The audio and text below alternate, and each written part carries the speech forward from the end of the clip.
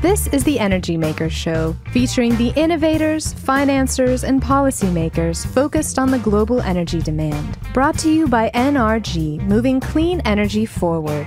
And here's your host, Russ Capper. Hi, I'm Russ Capper, and welcome to episode number 107 of the Energy Makers Show, where our focus today is advancing natural gas. And our guest is Brian Weeks of the Gas Technology Institute, the 70-year-old nonprofit independent research and development organization missioned with taking technologies from the benchtop to commercialization, bringing solutions forward that will make the gas industry more convenient, efficient, and reliable for customers. All of that right after this. At BKD, we understand the constantly shifting nature of the energy industry. As a national CPA and advisory firm, we serve energy clients from the beginning to the end of the cycle. Our experienced energy advisors serve approximately 300 energy companies in exploration, midstream, downstream, oilfield services, and power production. Plus, we're the largest North American member of the Praxity Global Alliance, which means we can help you wherever you operate. Contact a BKD advisor or visit us online to learn more. This is the Energy Makers Show, brought to you by NRG, moving clean energy forward. And now, back to the Energy Makers Show with your host, Russ Capper. Welcome back to the Energy Makers Show. My guest now, Brian Weeks with the Gas Technology Institute. Brian, welcome to the Energy Makers Show. Russ, thanks so much for inviting me to be here today. You bet. Well, tell us about the Gas Technology Institute. Gas Technology Institute, or GTI. Let's say some syllables here. Perfect. I'm with you on that. We are a not-for-profit research and development organization. We're an independent. We're not tied to a particular government agency. Our focus is taking technologies from the benchtop up to commercialization. So we partner with a lot of emerging technology companies. We partner with universities, technology developers on sort of the early end of the technology scale, and then we tend to partner with larger commercialization partners on the sort of on the tail end of the commercialization scale. Okay. So our focus again is to bring technologies that will make the gas industry more convenient for customers, more reliable, and products that are both energy efficient and reduce cost. Okay. And nonprofit, how long has it been in existence? GTI has been in existence for about 70 years. Oh, wow. Okay. A lot of people ask us, how do you guys get paid? Where do our revenues come from? And there are a number of ways. Again, like I said, we're independent, so we're not part of a government agency. We compete, about a third of our revenues come from government contracts that we compete competitively for. About a third of our revenues come from gas utilities. Gas utilities will pool their research dollars so they can essentially leverage $1 and get $20 worth of research and product development. And then the third primary way we get funding is through contracts with private industry, ranging from small startups all the way to large multinational vertically integrated E&P companies. Okay. Does the government itself ever come to GTI and say, hey, we want you to look into this area and tell us if there's potential there? Absolutely. The three big federal agencies that we contract with are Department of Energy, the Department of Transportation through both the Federal Transit Agency, and PHMSA, which is the Pipeline and Hazardous Materials Safety Administration. We're actually one of their largest contractors. Okay. Then the third federal agency is the Department of Defense. Department of Defense has a lot of interest in efficient energy technologies. But we also contract with a number of state agencies here in Texas, the Texas Commission on Environmental Quality, the Texas State Energy Conservation Office, and some other local city offices as well. In California, our big client is the California Energy Commission. Okay. This research done actually at the federal level reminds me of an interview that we had with Dr. Medlock at the Baker Institute at Rice University probably 2 or 3 months ago. And it was a part of his 4-point energy recommendation to the Obama administration. And he was, highly suggesting that they continue to research opportunities in the whole spectrum of energy, but discontinue sort of investing in private companies and picking winners. I would guess that you're compatible with his recommendation. We certainly believe that government is an important source of funding for research. It's the one organization that can really look at the 15, 20-year horizon for technologies that may not have an impact on the next quarter's profit, but certainly has a benefit to society overall and to the overall economy. So absolutely, there's a place for government agencies to fund the kind of things that we do. Okay, and as the name implies, you're primarily focused on natural gas technology, right? We are, but there are related areas such as water management and things, hydrogen technology, fuel cells, for example, which people don't normally associate with natural gas, but there certainly are some overlaps and relationships there. Okay. Now, with the transformation that's been taking place in the last 3, 4, 5 years, which is just incredible. We champion that all the time here in the Energy Maker Show. Don't understand why we're not having a national celebration since our energy supply problem seems to have just gone away. But it must be extraordinarily exciting times at GTI. It's a very exciting time to be part of the gas industry, and particularly to be part of our organization is at the cutting edge of emerging technologies and their introduction into the business. So it's very exciting times for us. We do a lot of first of its kind type projects. So we're very excited. Okay. Well, let's talk about that some. Emerging opportunities and trends. What sort of things are you guys focused on and keenly focused on these days? Well, thanks for asking. There actually are a number of trends, and I'll talk about a few of them here this morning. One would be there's a growing nexus between, I mentioned water management just a moment ago. There's a growing nexus between energy production and water management. Most everyone has, people outside the industry included, have heard of fracking, and people are vaguely aware that there's water issues associated with that.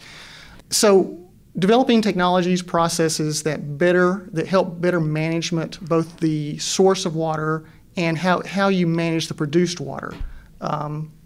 Environmental issues, cost-related issues, those are technologies that are very much in demand in the gas industry and oil as well, for that matter. So that's one trend. Is GTI sort of working in that area? Would you be working on multiple projects or? Oh, we do. We actually have over 300 projects ongoing at any point in time. And I didn't talk about this earlier, but ranging from supply area issues, supply being again energy production, exploration production, all the way to burner tip. Things as mundane as better water heater technology. So we definitely have several projects ongoing in the water management and energy production area. Every time I've heard scientists talk about energy, they always end up talking about water, both in this category that you just mentioned, how to use it better and more efficiently in hydraulic fracturing. But also I remember seeing a presentation by Dr. Richard Smalley probably 4 or 5 years ago, and addressing the needs of energy and then the water needs for the future. And he made this point. He said you can solve the water thing by desalination, but it takes energy to do that. And you sort of get this picture how those two issues are vitally important to the future of mankind. Well, Dr. Smalley was a brilliant man, and he's sorely missed. Absolutely. I agree. One thing he said that I took to heart, and I believe is very true, is that if you solve the energy problem, you solve a lot of other problems that we have around the world. And so GTI, we're doing our part to try and help solve some of those problems. All right. We'll be back with more with Brian Weeks with the Gas Technology Institute after this. Hi, I'm Russ Capper, and welcome to the Drilling Bits, brought to you by Sikich. I'm joined by Greg Price, partner at Sikich and author of the Drilling Bits. Greg, good to see you again. Thanks, Russ. We have another issue in the oil patch today. Well, let's hear it. It has to do with inventory.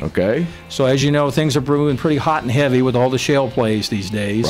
So whoever can get to their customer the fastest with the product usually wins the deal. So one of the things we hear about from our customers is they have to have visibility into their inventory, availability, what's in transit, and what is it they might need to order to meet future demand. Okay, I could see very well how important that could be. Well, it all starts with what you have on hand, because most of the people that are in the oil patch today are dealing with now and not some future, maybe. Right. So they need to know who can get me the pipe in the next 2 to 3 days, and you, as a supplier, need to be able to not just look at your Houston yard, but maybe your Beaumont yard or Austin, San Antonio, Oklahoma City, etc. So having visibility into those locations and understanding where those orders can be served from, and more importantly, sometimes you can reserve stuff that might be on a purchase order that's about to be delivered in a day or two. So we bring some solutions that deal with those particular tough issues. Those sound extremely important to me. They are for the guys in the patch, that's for sure. Absolutely. All right, and that wraps up this edition of the Drilling Bits, brought to you by Sikich. Thanks for tuning in.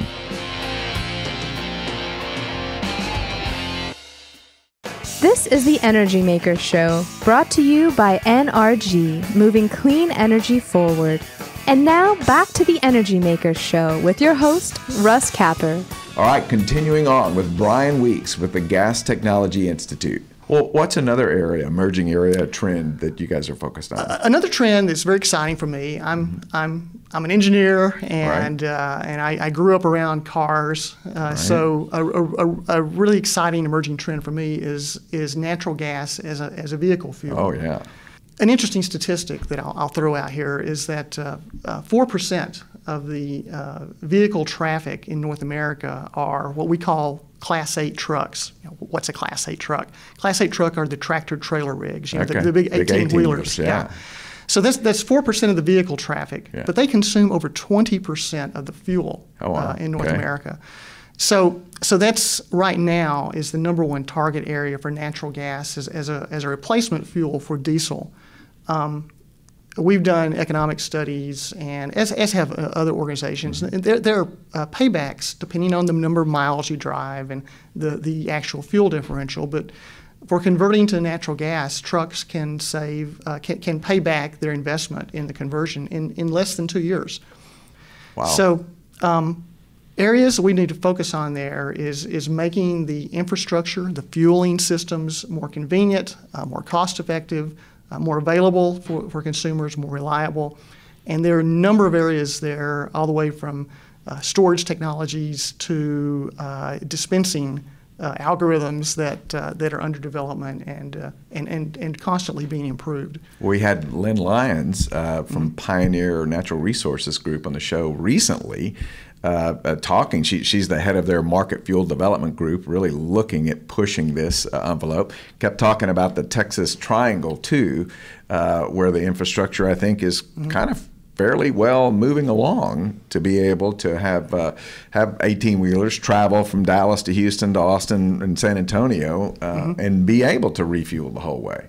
Texas is one of a number of states that has a natural gas initiative. Okay. The natural gas triangle or Texas Triangle is a great example of developing corridors for natural gas fueling, rather than trying to establish a network around the entire country all at one time, which will eventually get there. Right. But you have to start somewhere. Absolutely. And so there are a number of these corridors developing around the country, and that's very exciting because it gives fleet managers and operators of truck fleets some certainty that if they operate within this region, they will be able to have fuel, and they know where the stations are, and they know kind of what the prices are. So, well, I'm fascinated with the transportation category because obviously for a while it looked like somebody could really save a lot of money when gas was real low. It's still very low.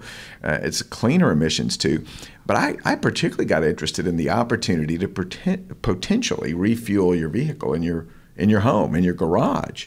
And we had Dr. Robert Hebner on the show from the University of Texas, I think the Electromechanical Research Group. And they're in the process, I think this is federally motivated, you might know better than I, to help develop a more reliable and less expensive home small compressor. Yeah. It's really interesting to me as a Texan to see projects like this being developed here in our state. Right. The Center of Electromechanics at University of Texas is doing some very exciting things. We're actually a partner with them on the project that you mentioned, where we're developing, and it is, as you said, a federally funded project through a program called ARPA-E. Okay. And that program is leading to the development of a small, reliable, low-cost compressor and fueling system that can be put in someone's garage. That the efficiency of being able to fill up at home really is appealing to me. I kind of first was presented with the opportunity on the electric side with the EVgo guys. I said, wow, that would be cool. You'd be able to eliminate a lot of your trips to the filling station or the refueling thing. Okay, cool. What's another emerging trend that you guys are? Sure. Another trend that we're seeing is in the natural gas infrastructure, delivery infrastructure. For the past 50 years, supply and demand patterns have been relatively consistent in the natural gas industry. Gas is produced in the Gulf Coast area, offshore Gulf area. It's produced in the Western Supply Basin in Canada. It's produced in the Rocky Mountain areas, and it's delivered to the Northeast and Midwest markets, and California as well. That's the historical perspective. That's the historical perspective. Right. But that's changing. Okay. And so we're seeing gas being produced in regions that were formerly the big demand areas for gas, and still are. There's a big sort of general movement to reevaluate and in some cases repurpose long-haul pipelines. At the same time, we're building like crazy in these new production development areas. What's happening at the same time that's going on, though, is there's a real effort I mentioned PHMSA earlier, by the Department of Transportation, to better monitor the safety and reliability of existing pipeline infrastructure. Okay. So a lot of the operators are caught right now by in a perhaps not an optimal situation where they're needing to spend money to ensure the safety and reliability of existing systems that are perhaps in some cases not being fully utilized, at the same time spending capital dollars to expand in areas where there is a growing gas supply. So as an R&D organization, it's our job to help develop tools that are lower cost, better reliability that can help them ensure pipeline integrity. And then at the same time, we're developing technologies to lower the cost of, for example, gas processing in these growing production areas. Okay. So there's a real infrastructure revolution. Well, in fact, paradigm shift. When you talked about repurpose and these changing geographies, can some of the larger pipelines even be reversed, meaning that forever they were shipping gas north and now they're going to be shipping it south?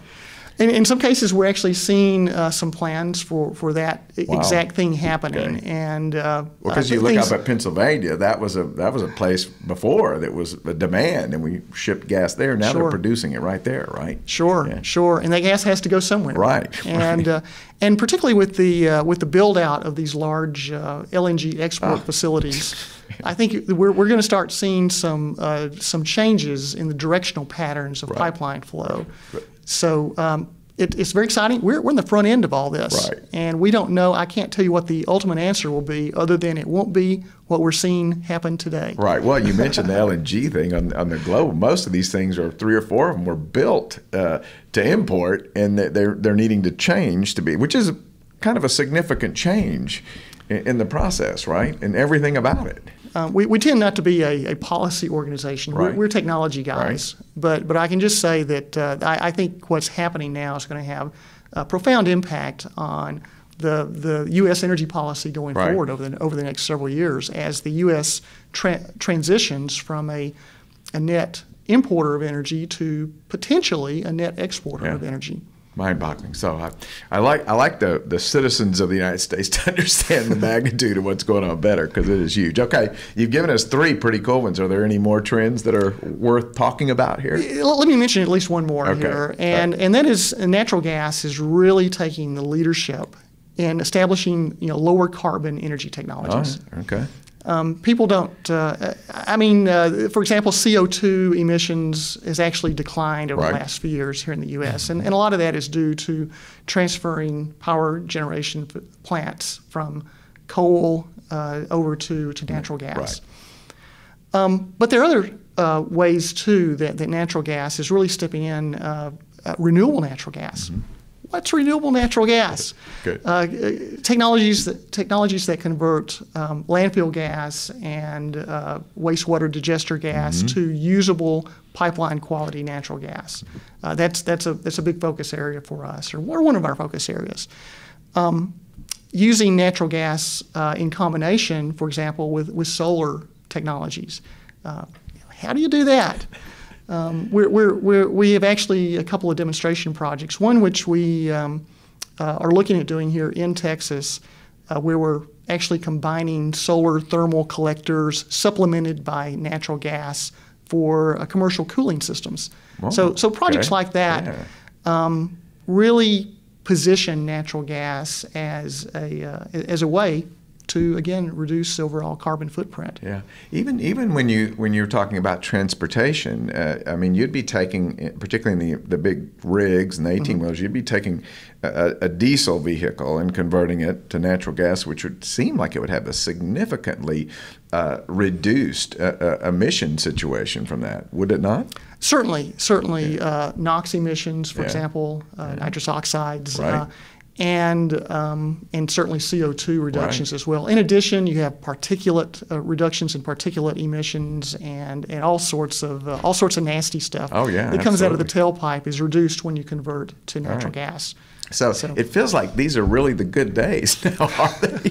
which just blows my mind in the energy space that we're talking about all this stuff. So, Brian, I really appreciate you sharing the perspective of GTI with us here today. Russ, thanks so much for inviting me. I've really had a good time here today. You bet. And that wraps up my discussion with Brian Weeks of the Gas Technology Institute. And that wraps up this episode of the Energy Makers Show, heard on the radio and seen right here at TheEnergyMakers.com.